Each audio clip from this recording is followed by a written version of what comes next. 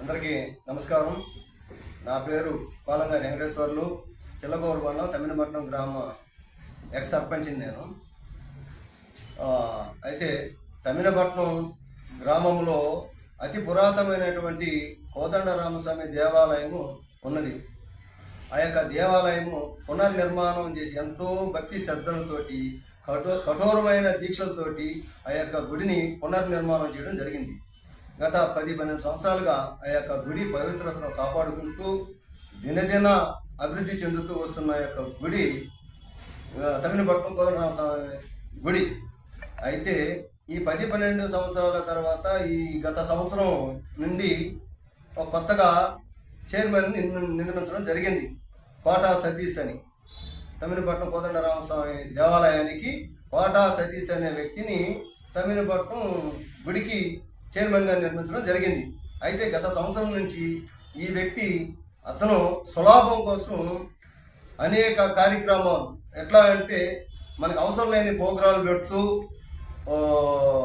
విపరీతంగా ఖర్చు చేస్తూ గుడి యొక్క సొమ్ముని నీరు కారుస్తూ తన సులాభం కోసం హైదరాబాద్ నుంచి పెద్ద పెద్ద ఈవెంట్లు అని చెప్పి వైజాగ్ డాన్సర్లని, కేరళ నుంచి వాయిద్యాలు, డ్రమ్ములు, రకరకాల ప్రోగ్రాలు ఎక్కడ చూసి ఎరిగి ఉన్నాం మేము. వాస్తవంగా అయితే కనుపూరు ముత్యాలమ్మ దేవస్థానం ఎన్నో రాష్ట్రాల జనాలు వస్తారు.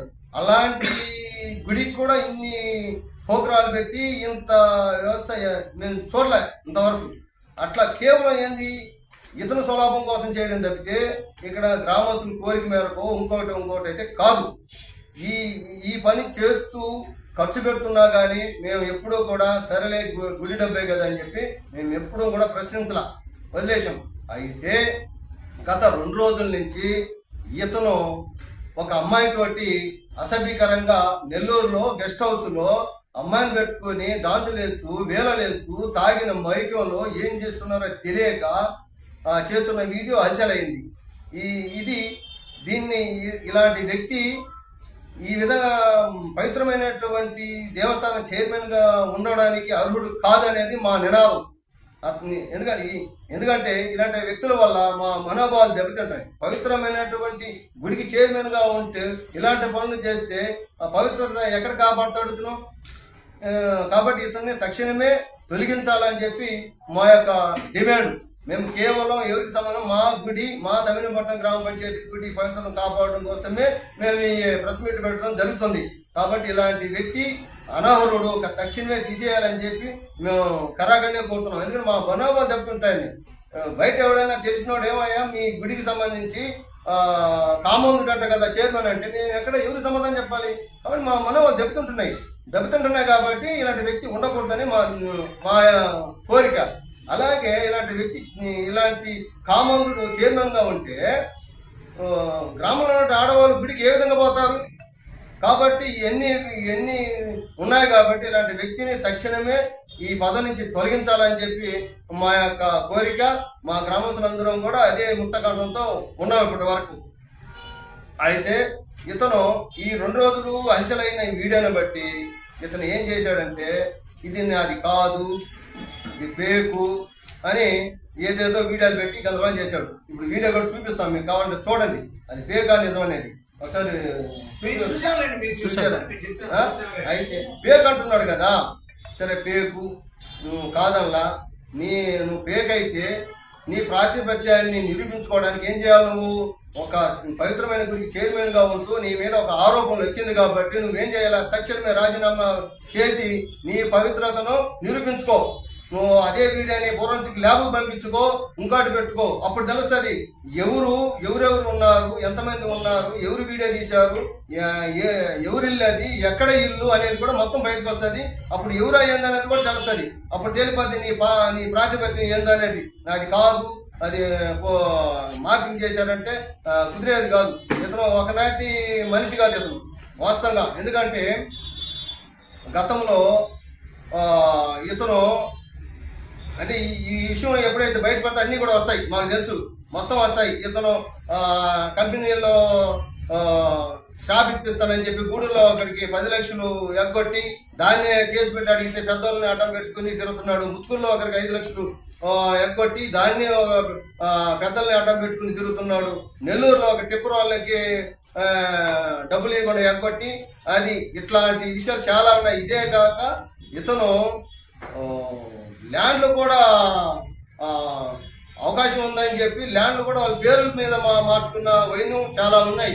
కాబట్టి అన్నీ క్రమేణా బయటకు వస్తుంది. కాబట్టి ఇతను తక్షణమే ఇలాంటి వ్యక్తి ఈ పవిత్రమైనటువంటి గుడికి అనర్హుడు అని చెప్పి మేము గట్టిగా వారిస్తున్నాం. ఇతను ఖచ్చితంగా ఈ పదం నుంచి తొలగాలని చెప్పి, లేదంటే మా బనవాళ్ళు దెబ్బతింటే తొలగకుండా అట్లా కనుక ఉంటే మేము ఇదే ప్రెస్ మీట్ మేము ఇదే దేవాలయం దగ్గర అందరూ గ్రామస్తులందరూ కూడా కూర్చొని మా యొక్క నినాదాన్ని తెలుపుదామని ఈ సభాముఖంగా తెలియపరుచుకుంటూ, అదేవిధంగా ఇతన్ని దయచేసి ఇతన్ని తొలగించమని గౌరవ మా గూడూరు శాసనసభ్యులు పాల్ సునీల్ కుమార్ కూడా వేడుకుంటున్నాం. ఎందుకని చెప్పి గౌరవ ఎమ్మెల్యే గారిని మేము కోరుకుంటున్నాం.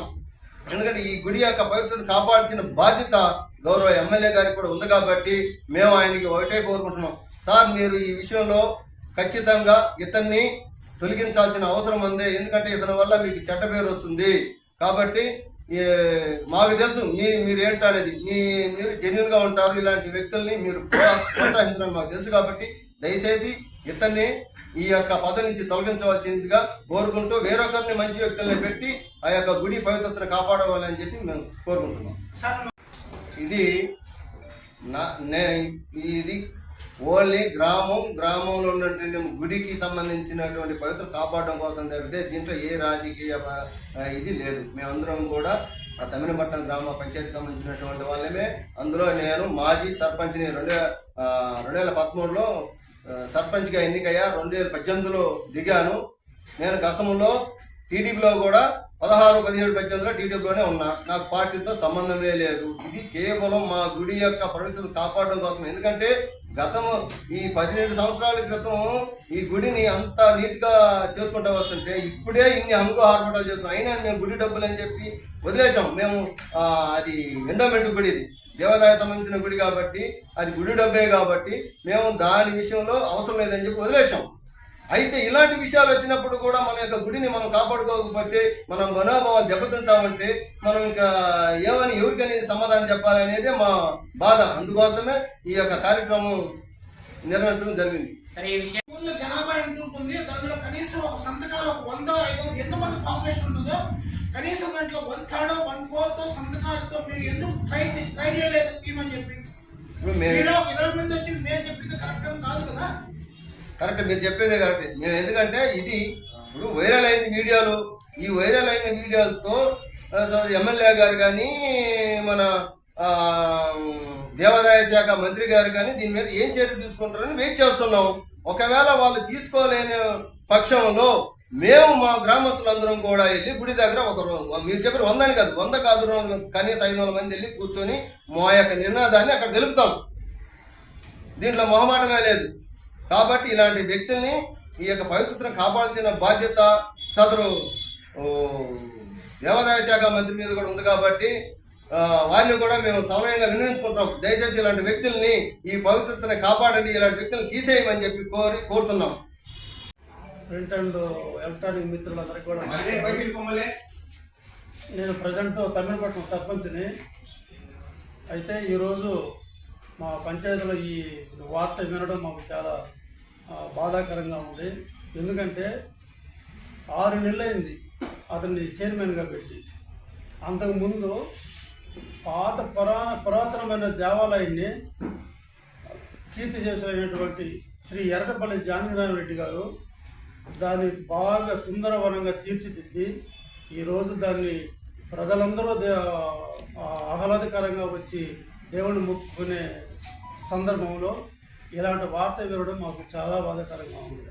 కావున ఈ ప్రజలందరి కోరిక మేర, మా పంచాయతీలోని ప్రజలందరి కోరిక మేర నిన్న జరిగినటువంటి శ్రీరామనవమి ఉత్సవాలలో కళ్యాణం కోసం పోవడానికి కూడా చాలామంది ఇబ్బంది పడ్డారు రోజులు నిన్న. అందుకని చెప్పేసి నాకు ప్రతి ఒక్కరు కూడా ఫోన్ చేసి అన్న ఎలా వెళ్ళాలి అని చెప్పేసి నాకు ఎన్నో ఫోన్లు.